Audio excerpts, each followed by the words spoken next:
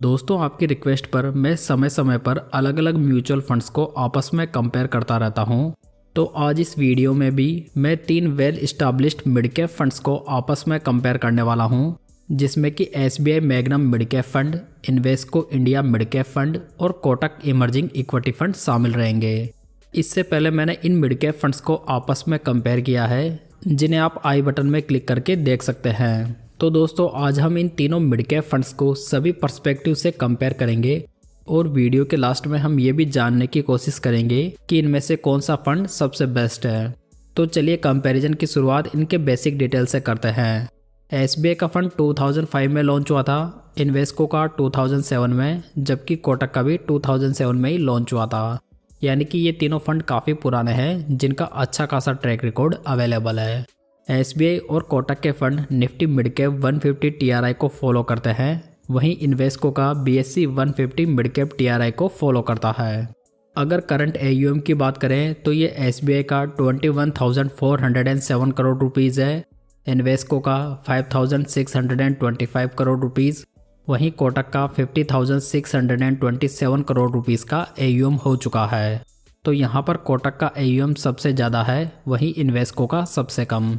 Direct plan का expense ratio देखें तो ये SBI का 0.77% है, इन्वेस्को का 0.58% है, वहीं कोटक का 0.36% है। तो आपको इन तीनों फंड्स में से कोटक का फंड सबसे सस्ता पड़ेगा, वहीं SBI का सबसे महंगा।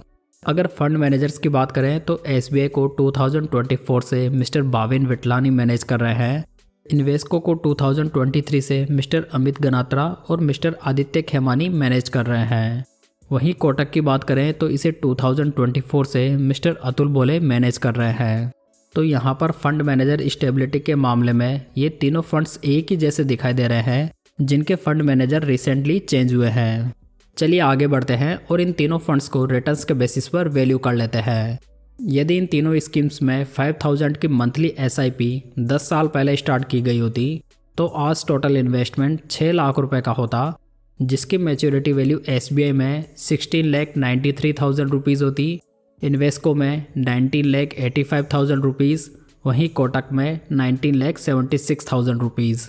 तो यहाँ पर SIP के मामले में तीनों फंड्स ने कैटेगरी एवरेज से बढ़िया परफॉर्म किया है। हालांकि यहाँ पर सबसे best returns Invesco mid cap fund के हैं, वहीं SBI के रिटर्न्स थर्ड रहे हैं। वहीं दूसरी ओर यदि इन तीनों फंड्स में 10 साल पहले 1 लाख रुपए लमसम इन्वेस्ट करके छोड़ दिए होते तो आज उसकी मैच्योरिटी वैल्यू SBI में 4,90,000 रुपीज़ होती, इन्वेस्को में 5,94,000 रुपीज़, वहीं कोटक में 6,28,000 रुपीज़। तो यहाँ पर लमसम में भी SBI की रैंक थर्ड रही है, हालांकि यहाँ पर कोटक ने सबसे बढ़िया रिटर्न्स बना कर दिए हैं। अगर इन तीनों फंड्स के रोलिंग रिटर्न्स को देखें तो लास्ट 10 ईयर्स में SBI के रिटर्न्स 17.37% के हैं, इन्वेस्को के 19.60%, वहीं कोटक के 20.33% है। लास्ट 5 ईयर्स में SBI के रिटर्न्स 27.71% है, इन्वेस्को के 28.46% है, वहीं कोटक के 28.35% है। लास्ट 3 ईयर्स में SBI के रिटर्न 17.36% है, इन्वेस्को के 22%, वहीं कोटक के 21.63% है। लेटेस्ट 1 ईयर के रिटर्न्स को देखें तो ये SBI के 27.77% है, इन्वेस्को के 46.19% है, वहीं कोटक के 39.79% है।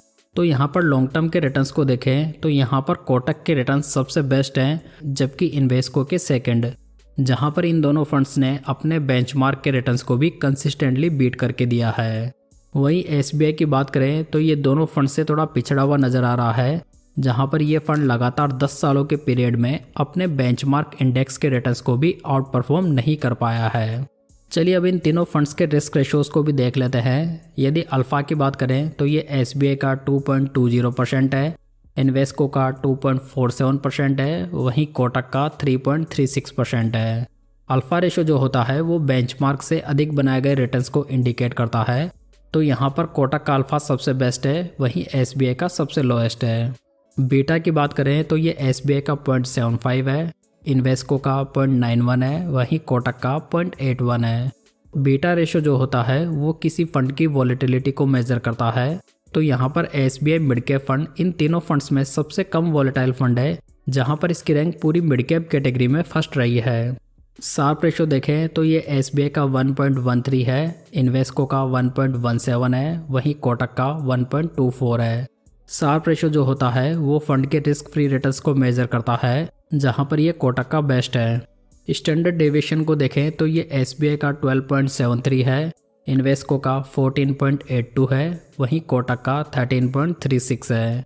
स्टैंडर्ड डेविएशन रेशो जो होता है वो ये बताता है कि फंड के जो रिटर्न्स हैं वो उसके हिस्टोरिकल एवरेज रिटर्न से कितने डेविएट हो सकते हैं। तो यहाँ पर यदि देखा जाए तो सबसे बढ़िया risk ratios Kotak emerging equity fund के दिखाई दे रहे हैं, जो कि सबसे कम वोलेटाइल भी है और सबसे बढ़िया अल्फा भी जनरेट करके दे रहा है। वहीं दूसरी ओर SBI का फंड वैसे तो सबसे कम वोलेटाइल फंड है, लेकिन इसके बाकी रेशियोज इतने इम्प्रेसिव नहीं है। अगर इन तीनों फंड्स का पोर्टफोलियो देखें और नंबर ऑफ स्टॉक्स की बात करें तो ये SBI में 62 है, इन्वेस्को में 50 है, वहीं कोटक में 66 है। टॉप 10 स्टॉक्स का वेटेज देखें तो ये SBI का 30.37% है, इन्वेस्को का 36.29% है, वहीं कोटक का 29.45% है। पोर्टफोलियो का PB रेशो देखें तो ये SBI का 6.13 है, इन्वेस्को का 5.94 है, वहीं कोटक का 5.32 है। PE रेशो की बात करें तो ये SBI का 41.28 है, इन्वेस्को का 46.11 है, वहीं कोटक का 35.95 है। तो यहाँ पर वैल्यूएशन रेशियोज जिसमें कि PB रेशो आता है और PE रेशो आता है, उसके हिसाब से कोटक का फंड सबसे सस्ता दिखाई दे रहा है। यदि इन तीनों फंड्स की प्रेजेंट कैश होल्डिंग को देखें तो ये SBI की 4.98% है, इन्वेस्को की 1.16% है, वहीं कोटक की 3.68% है। तो यहाँ पर SBI ने सबसे ज़्यादा पैसा कैश में होल्ड किया हुआ है, वहीं इन्वेस्को ने लोएस्ट। दोस्तों आप इन तीनों फंड्स का एसेट एलोकेशन यहाँ पर देख सकते हैं, जिसमें कि ये लगभग कैटेगरी एवरेज के अकॉर्डिंग ही है। अगर टर्नओवर रेशो की बात करें तो ये SBI का 25% है, इन्वेस्को का 80% है, वहीं कोटक का 39.62% है। किसी फंड का टर्नओवर रेशो ये बताता है कि फंड मैनेजर पोर्टफोलियो स्टॉक्स में एक साल में कितने चेंजेस करता है। यदि ये चेंजेस कम से कम हो तो ये पोर्टफोलियो स्टेबिलिटी के लिए बढ़िया साइन माना जा सकता है। तो यहाँ पर इन तीनों फंड्स में इन्वेस्को का टर्नओवर रेशो थोड़ा ज़्यादा है, जो कि लोअर फंड स्टेबिलिटी को इंडिकेट करता है। यदि सेक्टर वाइज एलोकेशन देखें तो SBI ने financial services, health care, capital goods और कंज्यूमर में हाईएस्ट एक्सपोजर लिया हुआ है। इन्वेस्को ने services, financial, health care, capital goods और कंस्ट्रक्शन में हाईएस्ट एक्सपोजर बनाया हुआ है। वहीं बात करें कोटक की तो इन्होंने technology, capital goods, financial, health care और केमिकल में हाईएस्ट एक्सपोजर लिया हुआ है। तो यहाँ पर इन तीनों फंड्स ने किसी भी सेक्टर में बहुत ज़्यादा एक्सपोजर नहीं लिया हुआ है। हालांकि इन्वेस्को ने सर्विसेज सेक्टर में 22% से ज़्यादा का एक्सपोजर बनाया हुआ है, जो कि थोड़ा बहुत रिस्की ज़रूर बन जाता है। यदि इन तीनों फंड्स की रेटिंग की बात करें तो क्रिसिल ने SBI को 2 स्टार से, इन्वेस्को को 4 स्टार से, वहीं कोटक को 3 स्टार से रेट किया है। वैल्यू रिसर्च ने SBI और इन्वेस्को को 3 स्टार से, वहीं कोटक को 4 स्टार से रेट किया है। यदि कोई इन्वेस्टर कोटक या इन्वेस्को के मिड कैप फंड में ऑलरेडी इन्वेस्टेड है तो यहाँ पर विशेष कोई इशू नहीं बनता, क्योंकि ये दोनों फंड लगातार अपने बेंचमार्क रिटर्न्स को बीट करते हुए आ रहे हैं, जिसमें कि कोटक इमर्जिंग इक्विटी फंड सबसे बढ़िया रिस्क एडजस्टेड रिटर्न्स भी बनाकर दे रहा है, वो भी लोएस्ट एक्सपेंस रेशियो के साथ में। इसी वजह से इन तीनों फंड्स में से कोटक का फंड सबसे बेस्ट चॉइस बन जाता है। वहीं Invesco mid cap fund number 2 पर आता है।